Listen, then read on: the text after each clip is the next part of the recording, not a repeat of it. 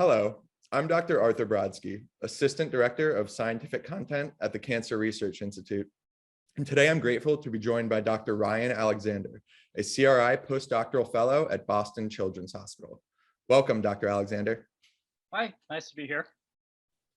So as a CRI fellow, you're exploring a couple unique immune cell engineering strategies in order to develop more effective treatments for pancreatic cancer, which is one of the hardest cancers to treat.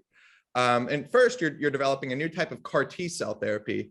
And so for our listeners, in general, CAR T cells are made by taking a patient's own T cells and then equipping them with specialized cancer targeting receptors. And these have been really successful against blood cancers, but not so much against solid tumors, which includes pancreatic cancer.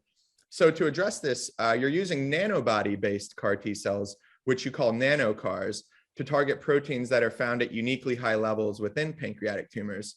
So what is the significance of these targets, and what potential advantages does your nanocar approach offer? So first of all, with the proteins we're targeting in pancreatic cancer, they're extracellular matrix proteins that are highly enriched in pancreatic tumors. So there's a selectivity in that they're not expressed in normal healthy adult tissues.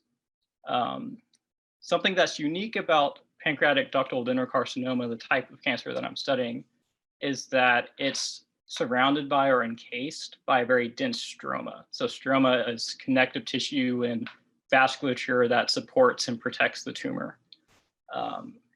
And this physiology makes PDAC particularly hard to target, pancreatic ductal adenocarcinoma, or PDAC potentially hard to target by chemotherapy or conventional immunotherapies because it protects the tumor.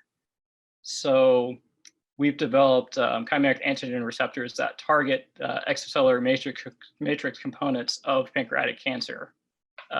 So we can turn that protective casing into a targetable vulnerability in the cancer. And as far as antibodies go, these are antibody derivatives from camelids, such as alpacas, that are easier to express than the typical antibody components that are using chimeric antigen receptors. So these chimeric antigen receptors, or CARs, have antibody components extracellularly that will bind to antigens and activate the CAR once the T cell interacts with the appropriate target. But one of the major drawbacks with these CARs is that they're difficult to express and require extensive optimization to be expressed properly at the surface of the T cell. So these nanobody-based CARs are easier to express and characterize in general.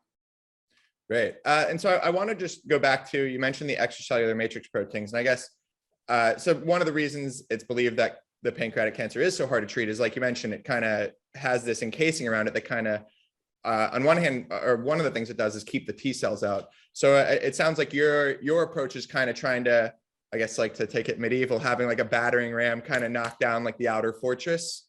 Exactly. And by targeting the stroma itself, it may further sensitize the tumors to other therapies. If we use these extracellular matrix targeted T cells, that may sensitize the pancreatic tumor to, say, to chemotherapy or other approaches as well. But yeah, a battering ram is a very good analogy. Yeah. So in addition to the nano CAR T cells you're exploring, you're also exploring immune cells called macrophages, which literally translates to the big eaters of the immune system. And these cells have really complex roles in cancer. On one hand, they can help eliminate tumors, including by swallowing tumor cells directly. But in many cases, including pancreatic cancer, the tumors actually actively recruit these macrophages to protect themselves from immune responses. So I was hoping you could share a little bit about how you're planning to convert these pro-tumor macrophages into ones that instead support and carry out anti-cancer activities. Right. So as you mentioned, it's a common strategy of solid tumors to actually actively recruit macrophages, because not only are macrophages involved in, say, phagocytosis or cell eating, as you mentioned, but they also play roles in tissue remodeling and repair. So they're signaling within tumors that will convert macrophages to play roles in supporting the tumor, such as recruiting vasculature or playing immunosuppressive roles within the tumor microenvironment.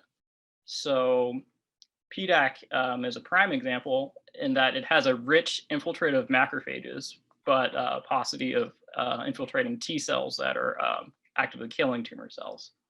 So although macrophages are typically recruited to play these tumor supporting roles, I thought if there's a way to couple the to affect the functional polarization of macrophages within the tumors, that we can co-opt them for immunotherapy. So I've designed chimeric receptors for macrophages that also have intercellular portions that are based on other receptors called toll-like receptors that will influence the signaling properties of the macrophages. So such that every time they phagocytose a cancer cell, they also will secrete signals that are called type 1 interferons. So these, so in a sense, we're retooling the macrophages to not only actively eat cancer cells, but also to secrete the right signals that will be beneficial for immunotherapy. Yeah, that's really interesting. And, kind of with following up on the T cells you mentioned earlier, there's a lot kind of going on in the environment, and the macrophages are kind of one of those, I guess, manager, general, they kind of help dictate what behavior is kind of allowed there. So in that regard, do you think that your strategies with the T cells and your strategies with the macrophages could complement one another when used together? Yes, entirely. So type 1 interferons are very broadly used in cancer therapy. The chief drawback is that if they're administered systemically, that they can have off-target toxicities. But one of the draws of interferons is that they promote T cell activity and proliferation. So the ultimate goal of this is to have CAR macrophages that are infiltrating in the tumor and persisting well in the tumor microenvironment, but that are also producing these interferons that could augment the activities of CAR T cells. So it could help the CAR T cells both infiltrate the tumor and persist more robustly than they normally would. So yeah, a potential synergism between the two is the ultimate goal. That's great to hear. Yeah. So CRI launched this new component of our fellowship program in order to improve access for promising young scientists such as yourself, who are from communities that are traditionally underrepresented in the STEM fields. And I saw that you mentioned before that your older brother who went to medical school was a big influence as far as getting you into science. And it kind of reminded me of how I grew up idolizing my father, who was also a cardiologist, like I understand your brother now is. And it just makes me kind of realize how important it is for us, especially as children, to have role models who are similar to ourselves and remind us of ourselves, and who can inspire us and stimulate our imaginations, as far as what opportunities are out there for us in life. Obviously, this is especially critical when it comes to groups of people for whom there aren't many examples highlighted in popular culture, and certainly when it comes to more specialized fields like science and medicine. So first, now that you're in a position to be an example and a role model who can inspire others, what words of encouragement or advice would you offer to younger people of color today, as far as potentially pursuing a career in a STEM field? And second, how might science and medicine ultimately benefit from becoming more inclusive and equitable? Okay, so to the first point, I would say, from my own experience, the best advice I can give is that even if you feel like an outsider in your field or you feel different, even if there's pressure or any level of toxicity that comes your way from anyone, the most important thing to focus on are the people who are supporting you in the situations that are working. And speaking from my own experience, I've had great mentors, I've had great colleagues at every stage of my career. And on the other hand, I have experienced bias during my career at different points, if I'm going to be honest. But I always had the most traction in what I was doing when I focused on the relationships and the parts of my career that were working. So even if you feel discouraged by something, you have to look at the big picture. You have to look at your career in a holistic sense. So there there are people who are invested in you, and there are things that are going to work. So just if you encounter any kind of toxicity, just look forward and keep going and have your own plan in mind. Well, I would say that research isn't simply benefited by diversity, but research it research at its core requires diversity, because science is at the frontier of new knowledge and it requires innovation. So at its best, science should be a collaboration between people with very different backgrounds and very different perspectives, because that's like the crux of innovation.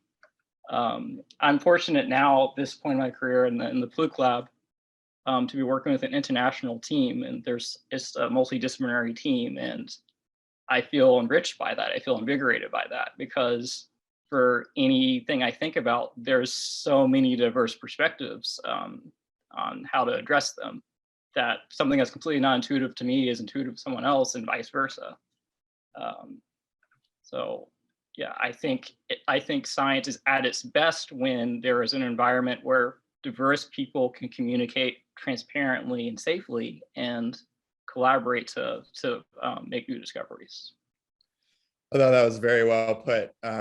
It's not just about how it's not just an added bonus that it might make a little better. I think you hit the nail on the head that it really is a core component of it, and it's limited and not as good, frankly, without it. Especially, again, going research science and pushing out into new territories, it literally is the unknown, and the old. I think there's like an Einstein quote or something about, the old ways of thinking aren't going to solve our new problems. And it's the more perspectives and infusion of new ideas and concepts, I think is absolutely a great thing to advance the entire field. So overall, what does the CRI fellowship mean to you? And what do you hope that it will enable you to accomplish both over the next few years and as a springboard for your future career progression? So what I appreciate most about this fellowship is that I feel established and I feel secured in saying that I am a tumor immunologist. That is my dream. That is my direction. When early in grad school, my sister was diagnosed with breast cancer and was treated for that, but she's been in remission since then. But my research focus changed toward tumor immunology in part because of that. So it's part of who I am at my core, to be able to study cancer and assist in making these innovations. And this fellowship is seminal to my career progress, my trajectory into being a tumor immunologist.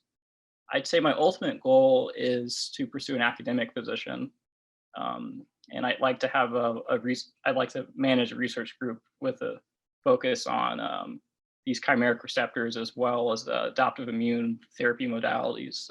But yeah, that's my ultimate direction and goal. It's awesome. It's been great to hear about your work and your journey, and I can't wait to follow you in the future. Yeah, thank you so much. Yeah, this has been great. So I really appreciate the opportunity to do this.